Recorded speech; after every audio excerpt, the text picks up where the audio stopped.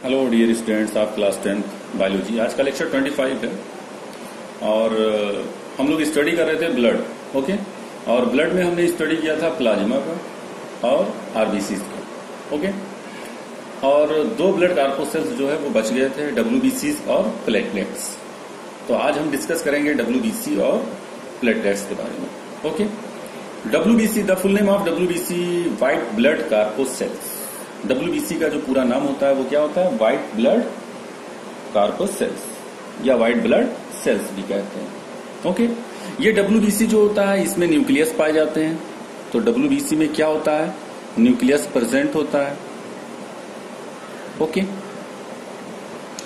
उसके बाद में ये डब्ल्यूबीसी आप समझ सकते हैं कि ये एक्ट एज मोबाइल आर्मी। ये मोबाइल आर्मी की तरह काम करता है। मोबाइल आर्मी की तरह काम करता है। क्यों मोबाइल आर्मी की तरह काम करता है? क्योंकि अगर हमारे बॉडी के अंदर कोई फॉरेन पार्टिकल्स का मतलब बैक्टीरिया, ओके, वायरस, प्रोटोजोन,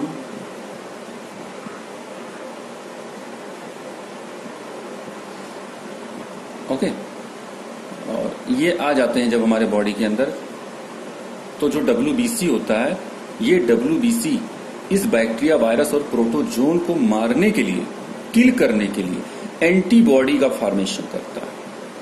किसका फॉर्मेशन करता है? एंटीबॉडी। तो हम कह सकते हैं कि एंटीबॉडी का जो फॉर्मेशन होता है वो कौन करता है? डब्ल्यूबीसी। ओके, एंटीबॉडी का फॉर्मेशन कौन करता है? डब्ल्यूबीसी करता है। ओके, और ये एंटीबॉडी जो होती है वो हमारे बॉडी के अंदर आए हुए फॉरेन पार्टिकल्स, जिसे हम एंटीजन भी कहते हैं, लाइक बैक्टीरिया, वायरस और प्रोटोजोन, उनको ये क्या करती है? किल करती है।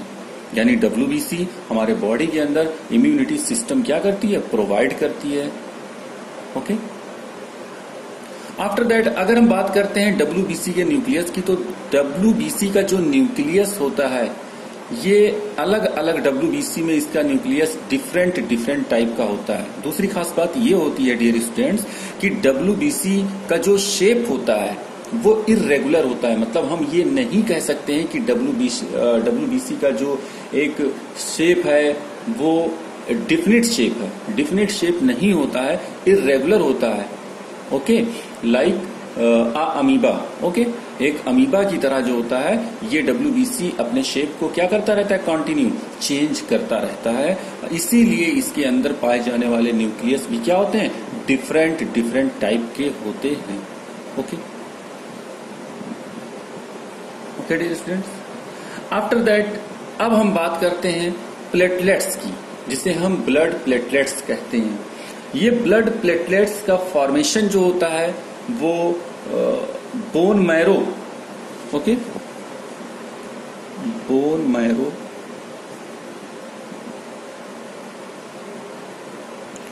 बोन के बोन मैरो में एक सेल होती है डियर स्टूडेंट्स, जिसका नाम होता है स्टेम सेल।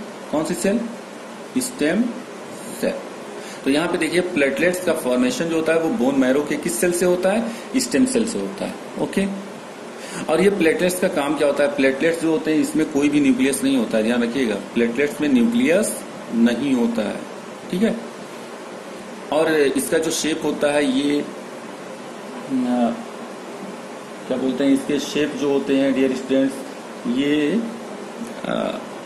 इस तरीके से होते हैं। स्पिंडल शेप होता है, ये स्पिंडल शेप होता है, ये ओके, स्पिंडल शेप इस तरीके से होता है। ओके, ये इस प्लेटलेट्स में न्यूक्लियस नहीं होता है। दूसरी खास बात ये होती है ये बोन मैरो के स्टेम सेल के हेल्प से क्या होता है? बनता है।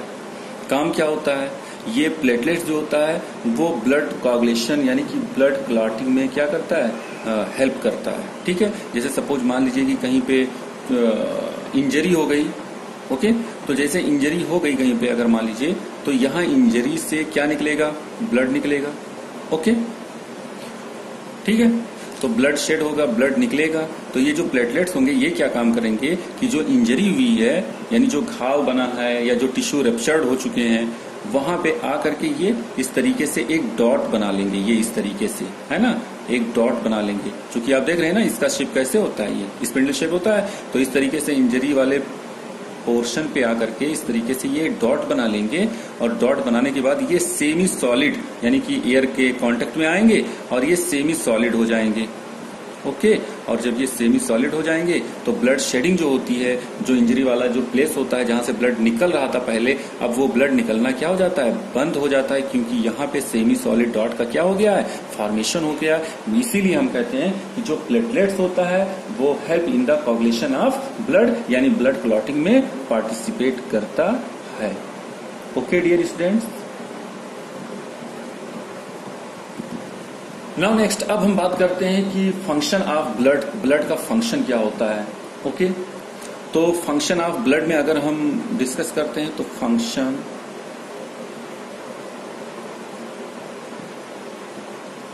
ऑफ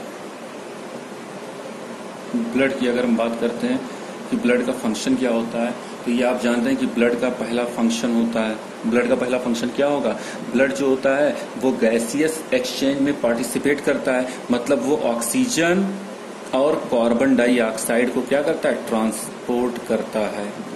ओके, तो transportation of gases in our body occur by the blood. Okay, now next दूसरा पॉइंट है dear students, digested food materials, जिसे हम क्या कहते हैं, एसिमिलेशन कहते हैं, यानी डिस्ट्रीब्यूट ऑफ फूड मटेरियल्स। तो डाइजेस्टिव फूड मटेरियल्स को जो डिस्ट्रीब्यूट करता है वो कौन करता है, ब्लड करता है। तो पूरे डाइजेस्टेड फूड मटेरियल को हमारे बॉडी में, डाइजेस्टेड फूड मटेरियल को कौन ट्रांसपोर्ट करेगा, ब्लड ही तो ट्रांसपोर्ट करेगा डियर स्टूडेंट्स।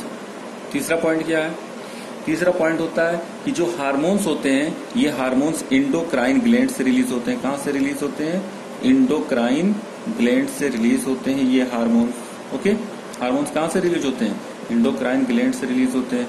और डायरेक्ट कहां रिलीज होते हैं, डायरेक्ट रिलीज होते हैं ये कहां, ब्लड में। कहां रिलीज होते हैं, ब्लड में रिलीज होते हैं। ठीक है, यानी हम कह सकते हैं ब्लड जो है वो हार्मोन को भी क्या करता है, ट्रांसपोर्ट करता है और ब्लड में ही डायरेक्टली हार्मोन रिलीज होते हैं। कहां से, इंडोक्राइन ग्लैंड से। Okay dear student, after that removal of waste product means excretion. मतलब हमारे बॉडी के अंदर जो यूरिया होता है, अमोनिया होता है या यूरिक एसिड होता है, यानी जो भी नाइट्रोजनस मटेरियल होते हैं, जो भी नाइट्रोजनस मटेरियल होते हैं उनको रिमूव करने का काम कौन करता है, ब्लड ही तो करता है। अगर ब्लड ना हो तो ये नाइट्रोजनस मटेरियल जो बन रहे हैं हमारे बॉडी के अंदर या हमारे बॉडी के सेल के अंदर, क्या ये रिमूव होंगे, नहीं रिमूव हो पाएंगे। ओके, तो ब्लड जो होता है वो वेस्ट नाइट्रोजनस मटेरियल को भी क्या करता है, रिमूव करता है, यानी हम कह सकते हैं एक्सक्रीशन प्रोसेस में पार्टिसिपेट करता है। नाउ फिफ्थ पॉइंट है डियर स्टूडेंट्स कि ब्लड जो होता है वो इम्यूनिटी सिस्टम प्रोवाइड करता है। क्योंकि ब्लड का पार्ट क्या है, डब्ल्यूबीसी, अभी आपने पढ़ा, तो ब्लड डब्ल्यूबीसी जो है वो ब्लड का पार्ट है। तो हम एक जनरल वे में कह सकते हैं कि ब्लड जो है वो हमारे बॉडी के अंदर इम्यूनिटी सिस्टम प्रोवाइड करता है, या हमारे बॉडी को प्रोटेक्ट करता है डिजीज से। ठीक है, तो ब्लड जो है वो हमारे बॉडी को क्या करता है डियर स्टूडेंट्स, प्रोटेक्ट करता है। किससे, फ्रॉम डिजीज। किससे प्रोटेक्ट करता है, फ्रॉम डिजीज। डिजीज से क्या करता है, प्रोटेक्ट करता है डियर स्टूडेंट्स। और नेक्स्ट 6 पॉइंट है और लास्ट पॉइंट है ये डियर स्टूडेंट्स। ओके, हमारे बॉडी का जो टेम्परेचर होता है वो मेंटेन करने का काम कौन करता है, ब्लड करता है। हमारे बॉडी का टेम्परेचर जो होता है वो कांस्टेंट होता है, अबाउट 37 डिग्री सेल्सियस। तो हमारे बॉडी का टेम्परेचर 37 डिग्री सेल्सियस जो एक कांस्टेंट टेम्परेचर होता है, उसको रेगुलेट, उसको बनाए रखने का काम कौन करता है, ब्लड करता है। तो हम कह सकते हैं blood regulates the body temperature. Okay dear students, तो ये 6 फंक्शन है ब्लड के, डब्ल्यूबीसी और प्लेटलेट्स, इसकी भी स्टडी हम लोगों ने कर ली। तो इस तरीके से जो ब्लड टॉपिक है वो अब कंप्लीट होता है। और अब ब्लड के बाद जो न्यू टॉपिक है वो है ट्रांसपोर्ट इन ह्यूमन। ओके, यानी कि ह्यूमंस के अंदर किस तरीके से ट्रांसपोर्ट सिस्टम पाया जाता है, उसकी स्टडी करनी है। तो उसकी स्टडी हम नेक्स्ट लेक्चर में करेंगे। तब तक के लिए God bless you, thank you.